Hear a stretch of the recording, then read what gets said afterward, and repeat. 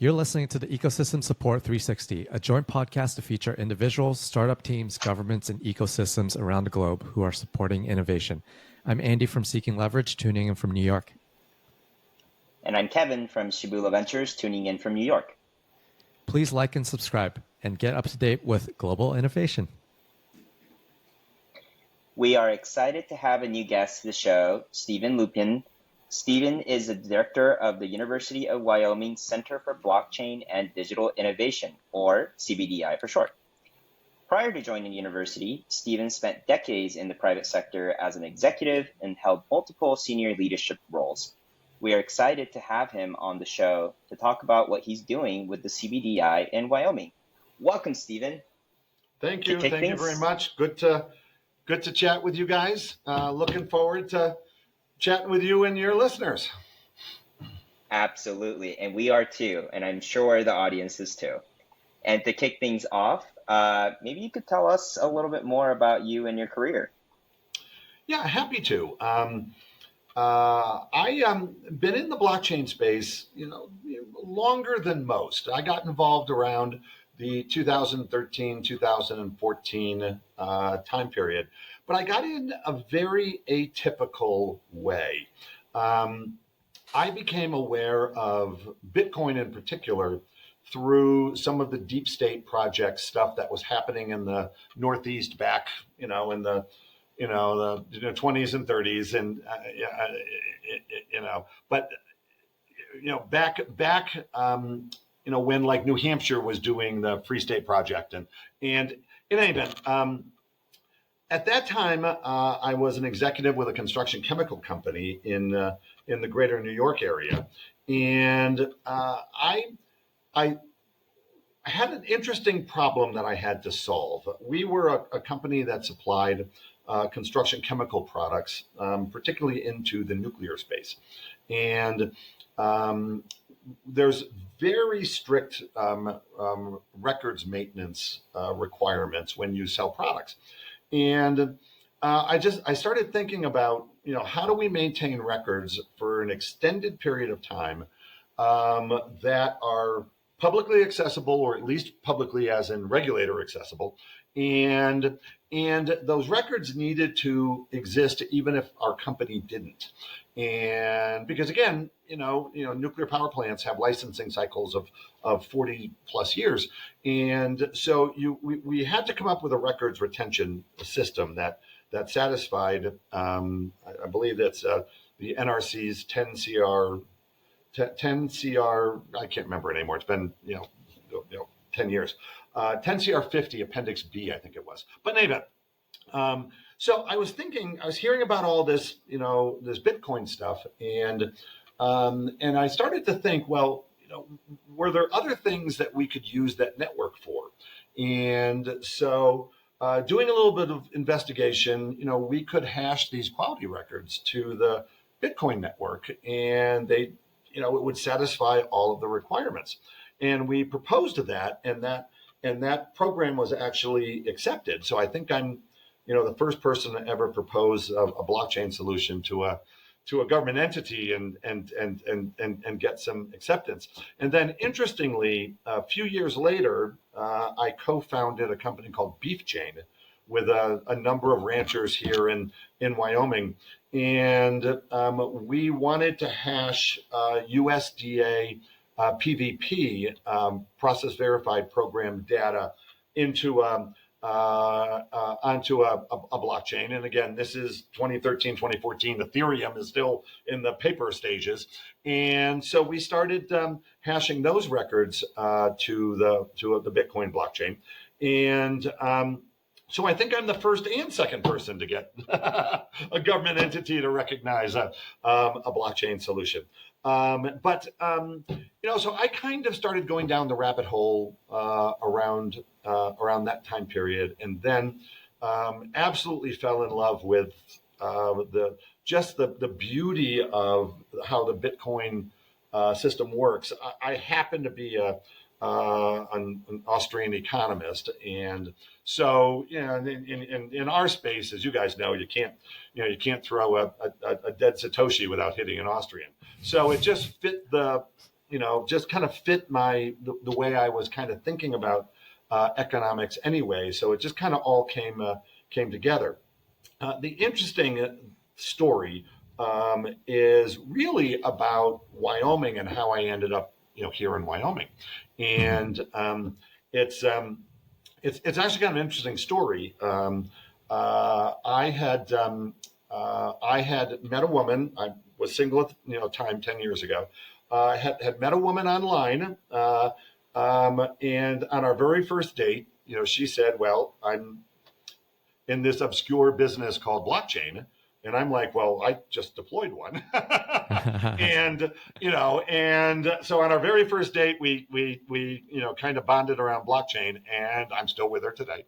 And I won't mention her name, but she is much more famous than I am. And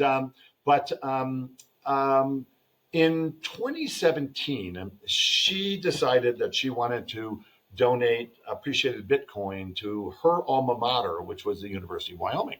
Her dad had been a professor here for 40 years. She grew up in Laramie. She did her undergraduate in Laramie before she went and got a law degree back east, and then spent 25 years working on Wall Street. And she wanted to endow a scholarship here at the university for female engineers in the STEM space. And interestingly, here in Wyoming, we had a very poorly written money transmitter law.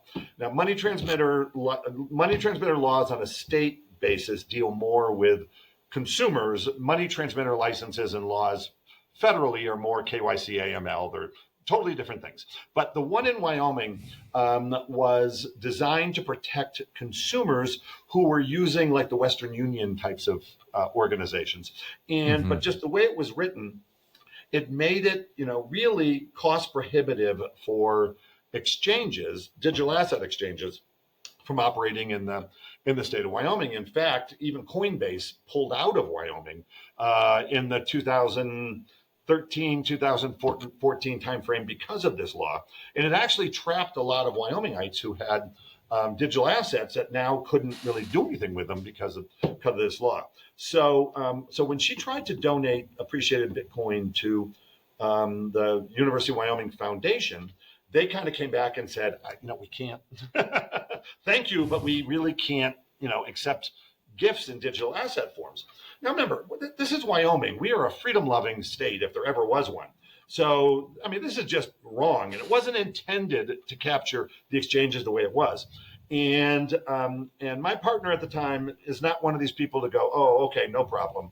She's like, "Oh, no, we got to fix this." And so she started down this path in 2017 to fix this money transmitter law, and ended up working very closely with a number of legislators here, and they were able to fix that law. And here is where Wyoming is truly a special place. After we fixed that law, not only the governor at the time, which was Governor Meade, but also the Wyoming legislature kind of said, "You know what? There's got to be more here than just fixing this money transmitter law." And I'll kind of bury the lead and cut to the chase. We've passed over 50 enabling pieces of legislation in Wyoming since 2017 to make Wyoming the most business-friendly and desirable state for digital asset companies anywhere in the country. In fact, I'm really proud. You may have seen the announcement, but Kraken is relocating their headquarters to Cheyenne, Wyoming, for that very reason. And IOG, Input Output Global, used to be IOHK, the Cardano folks. They've domiciled IOG here in Wyoming, and Charles Hoskinson, the founder of IOG, has even bought a very large ranch here in Wyoming, and has become one of us. So we've really what we set out to do is beginning to happen. Although Wyoming is a very privacy minded state, we estimate that about 5,000 digital asset companies have actually domiciled in Wyoming, not physically moved, but domiciled in Wyoming, which gives them access to our digital asset laws. It's no different than companies that domicile in Delaware. Everybody domiciles in Delaware, but in our space, part of the problem is Delaware does not have any real clear, defining law around digital assets. And you guys know as business people, the last thing that a company wants is a lack of clarity in law. So what we set out to do is really beginning to happen, and I think with IOG and Kraken now, it's really starting to come to fruition. Now, back to me. Around the 2019 timeframe, my partner and I had decided that we were going to retire to Wyoming. I had, basically left my, career in New York, and what both of us realized was just how much we really suck at retirement. And so she's heavily involved in the digital asset space from a banking and finance standpoint. And the university asked me if I would start a program here and teach a couple of courses, because if we're going to be attracting all these companies, then we need a well-trained workforce. And again, to the credit of Wyoming, always thinking bigger, we started out with a couple of classes, but today, 6 years later, which is a long time in our space, 6 years later, we are the first Division I university to actually offer a degree in blockchain. We are the first Division I university to mine Bitcoin on campus. We operate a fairly large staking pool. We are about as deep into the digital asset space as you can be right now. We put about 120 students a year through our program, and they are finding jobs in the digital asset space, left and right. And so it's really been I'm very proud to say a real success here at UW, and we continue to keep growing. There's no sign of our digital asset program slowing down. And as you all know, that's kind of mirroring what's happening in our industry. For the last couple of years, it felt like we were pushing very heavy rocks up hills. But I think the world, and thankfully the U.S., particularly Washington, is starting to recognize that this is the future, and there's absolutely no reason why that future could have, or Wyoming can't be a big part of that future. So that's our goal. Yeah, thank you for sharing that, Stephen. You were probably looking at your watches saying, God, now I know why this guy's a college professor. He just talks and talks. No, that's.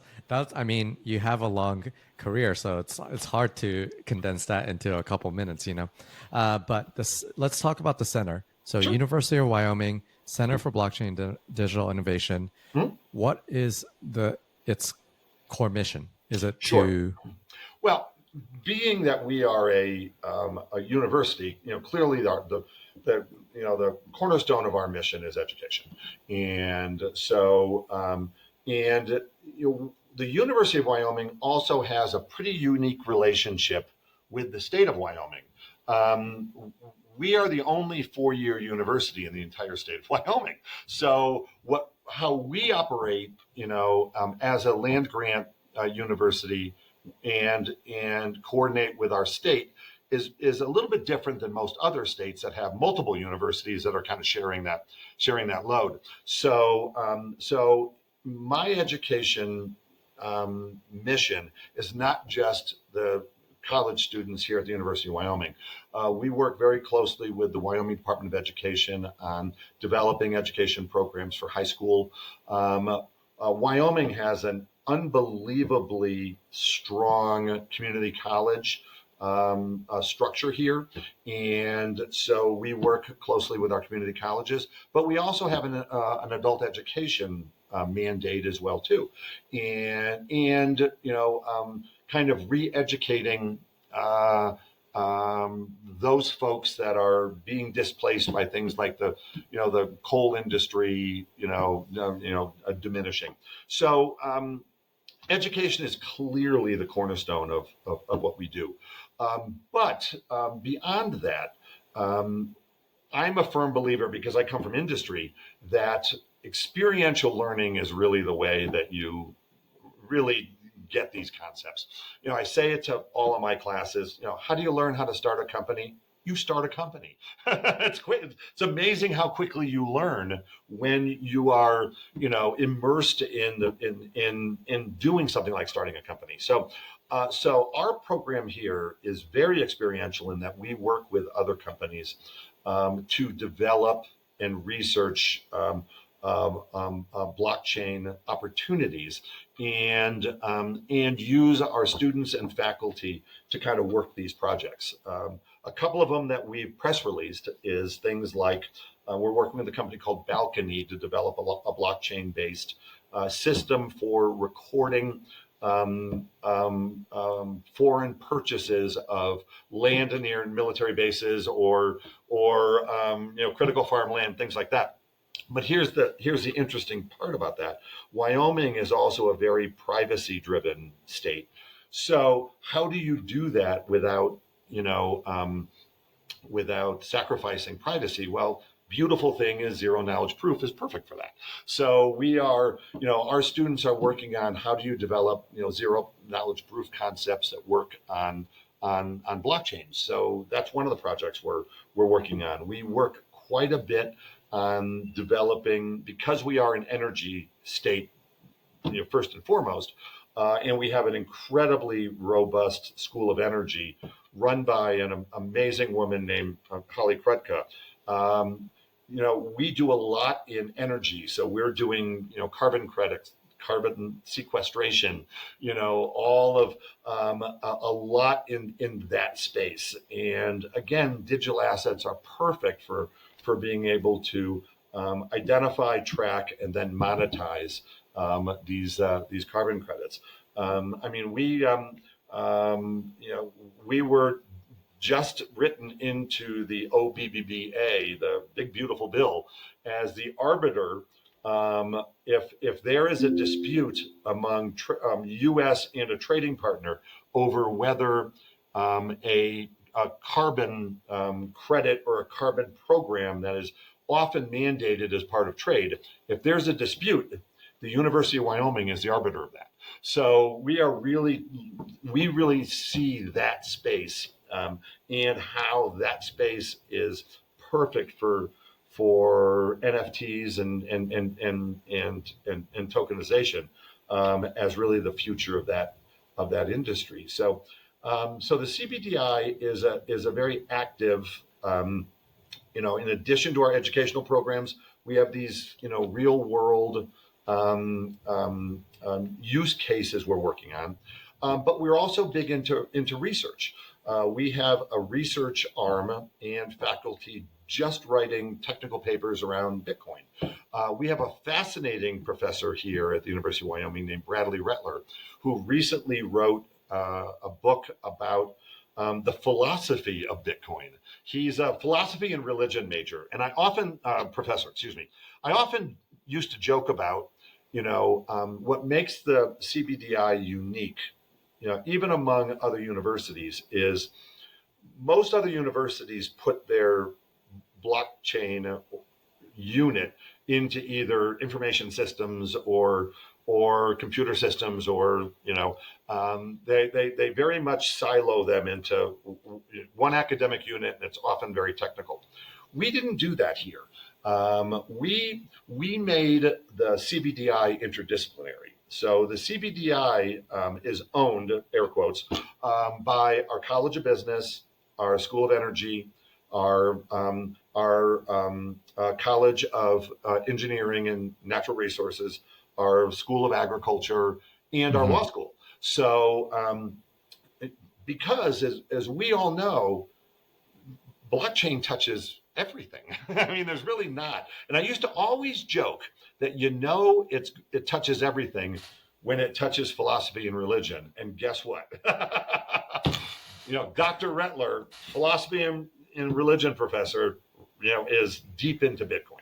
So, I mean, to some people will think that Bitcoin is also a religion, So Oh yeah, absolutely, absolutely. that's actually funny. That's and by the way, nothing illustrates that more than when you visit, Bitcoin 2025 in Las Vegas. I mean, you're absolutely right. It's very much a religion for some, and so we really, we like the fact that we're doing projects, across many disciplines, and so we have a Bitcoin and a Bitcoin research component of our center.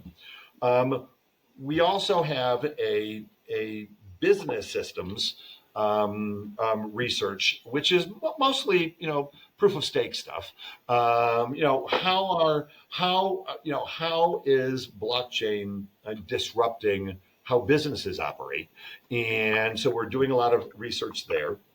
And we have another research unit that deals with what's happening from a regulatory and a government standpoint. And one of the things that I'm especially proud of is each of those research units are being led by a student that's gone through our program and has graduated. And so, they really understand how a university can really be where the rubber hits the road in this space for industry. So yeah, we're doing some really fascinating stuff here, and the university has embraced what we're doing. The state of Wyoming is embracing what we're doing. It's really nice to be in a place that recognizes that digital assets are the future, and has created an environment where we can really flourish in this space. Absolutely, absolutely. No, I mean, I completely agree with you that the blockchain space it's getting really interdisciplinary, right? And I love that you are involved in pretty much everything, every aspect of that, and being a guru. And it's not easy to be that person that has to connect to all the people. So I completely admire you, and I respect that. Thank you. Absolutely. But you mentioned at the end, the key word, which I was actually really curious to know a little bit more of industries. And I do want to make sure that the listeners is still able to sort of focus on things here. So I'll just kind of condense my question a little bit, but maybe asking you if you could share one maybe prime example of a partnership or project that really exemplifies, the kind of work you're doing, just to kind of give an idea to the listeners here. Yeah, one I certainly would be happy to highlight is a project that I think is a lot of fun. Is a company called Climate Chain, and Climate Chain is looking at different ways to develop and market carbon tokens. And carbon tokens, people are probably saying, Wyoming, you don't strike us as, tree hugger type of people. We're not, okay? Carbon tokens are used in a number of different ways. And one way is, in many cases, for a project to get permitted,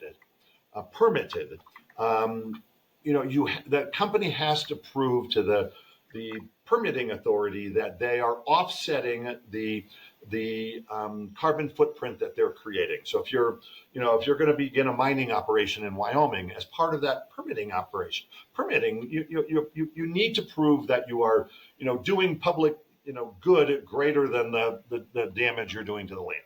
So there's that aspect of carbon credits.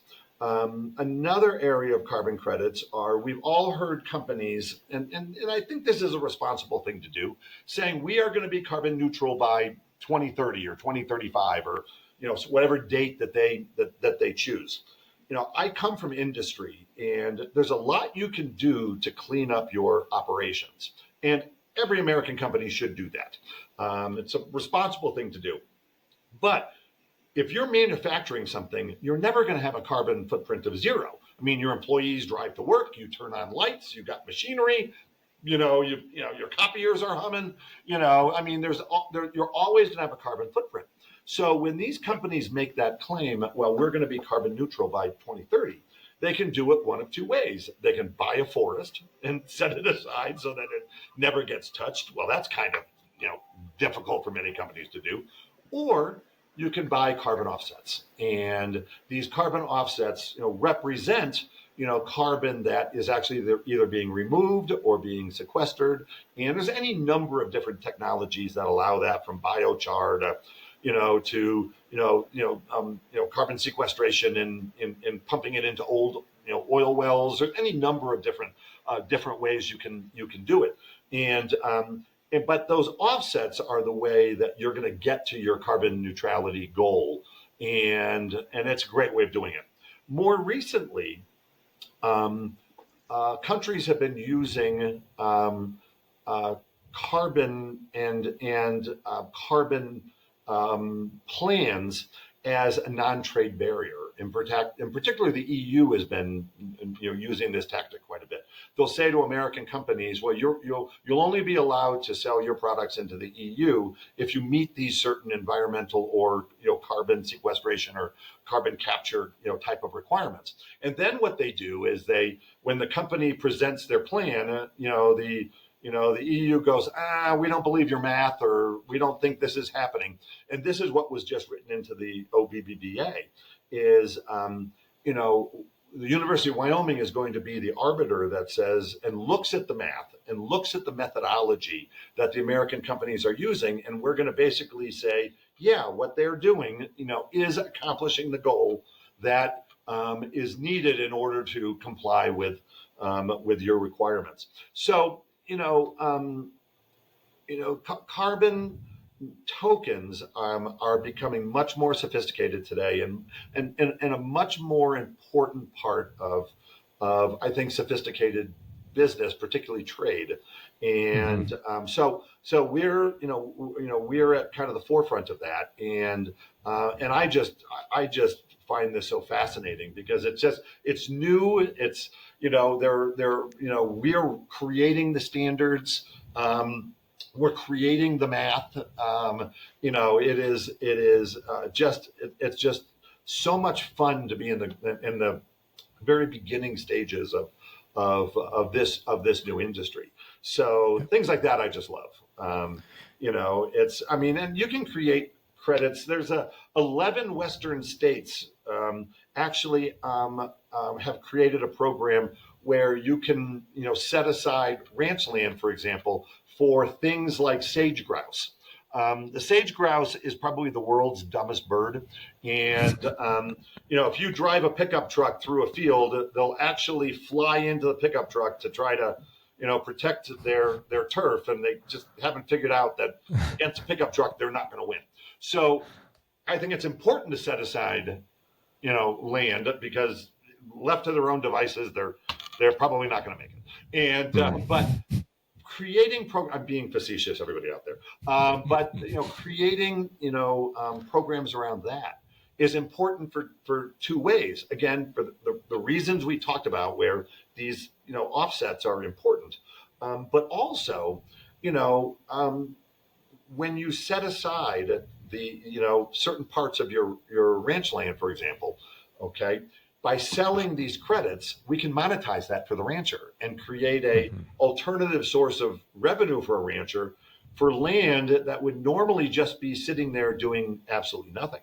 And so it creates, really unique opportunities for, asset owners to be able to monetize things that they really haven't been able to in the past. And I think that's an important part for this to continue to perpetuate and to grow. So, and I think the sage grouse program is a great example of that. Telling a rancher to set aside his property is one thing. Telling a rancher to set aside part of his property, oh, and by the way, here's how we'll help you monetize that. Entirely different argument. Totally. Yeah.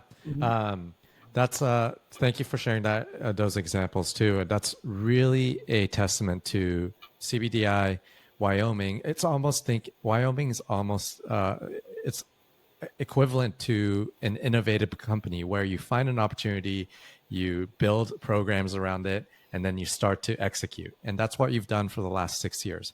So the last question from us is like, looking at CBDI and Wyoming for the next year or two, the short term, what are you focused on? What are the biggest priorities or the initiatives that are coming up? A couple of. One is to continue to expand education, particularly into our high school community. To some extent, I think waiting until you get to college to discover blockchain might be a little bit late.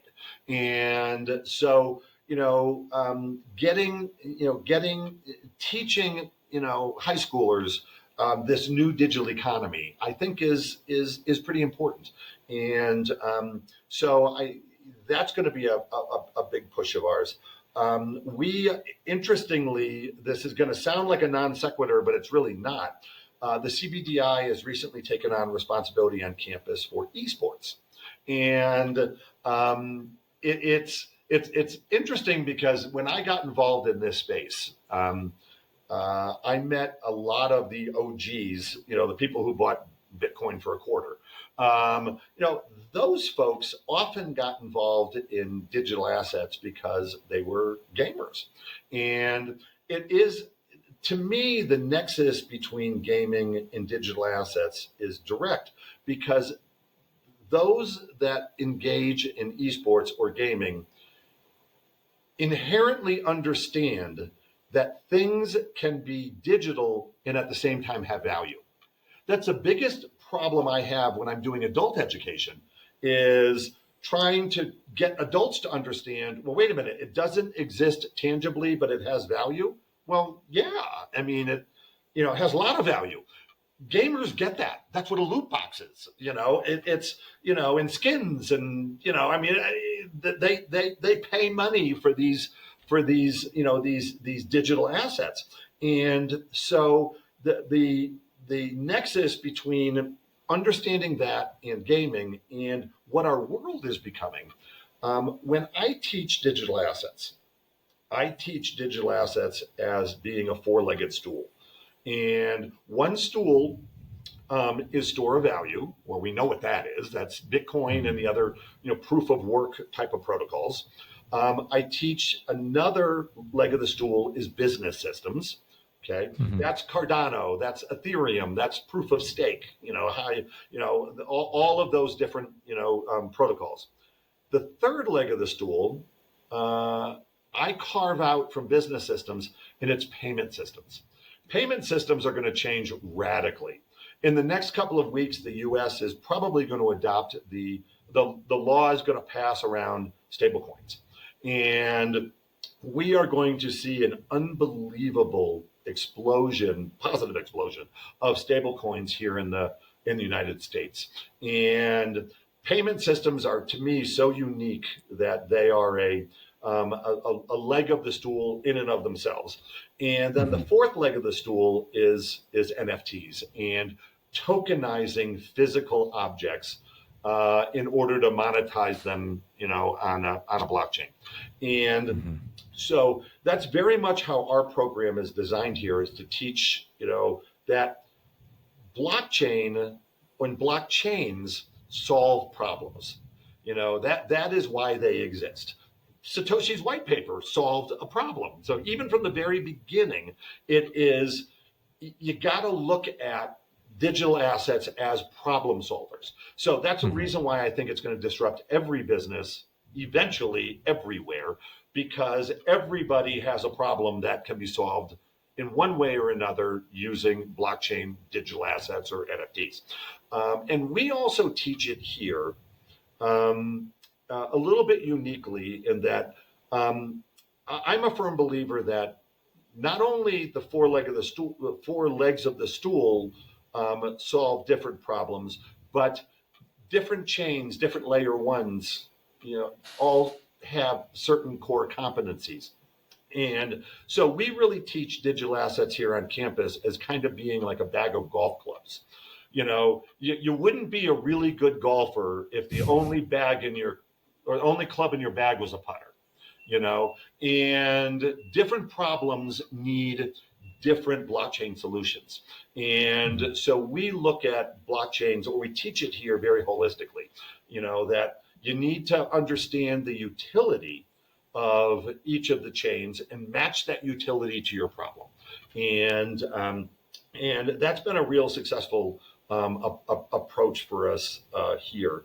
And I think it creates a incredibly employable individual too, that can go out there and really plug themselves into a number of different disciplines in blockchain and fit right in.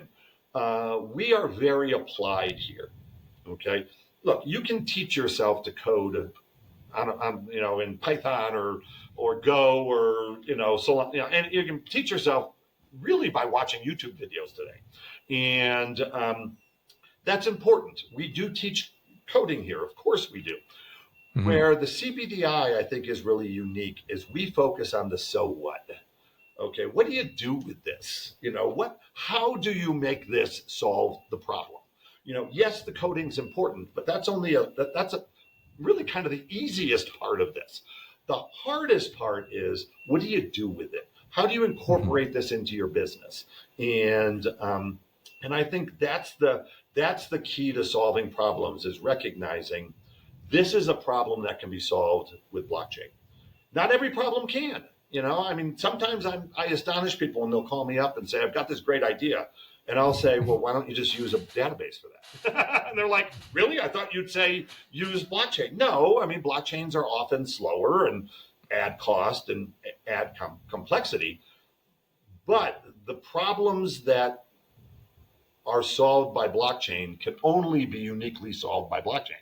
So recognizing what type of problem really fits into the wheelhouse of a blockchain solution, particularly in those four legs of the stool, I think is where we really excel over other schools.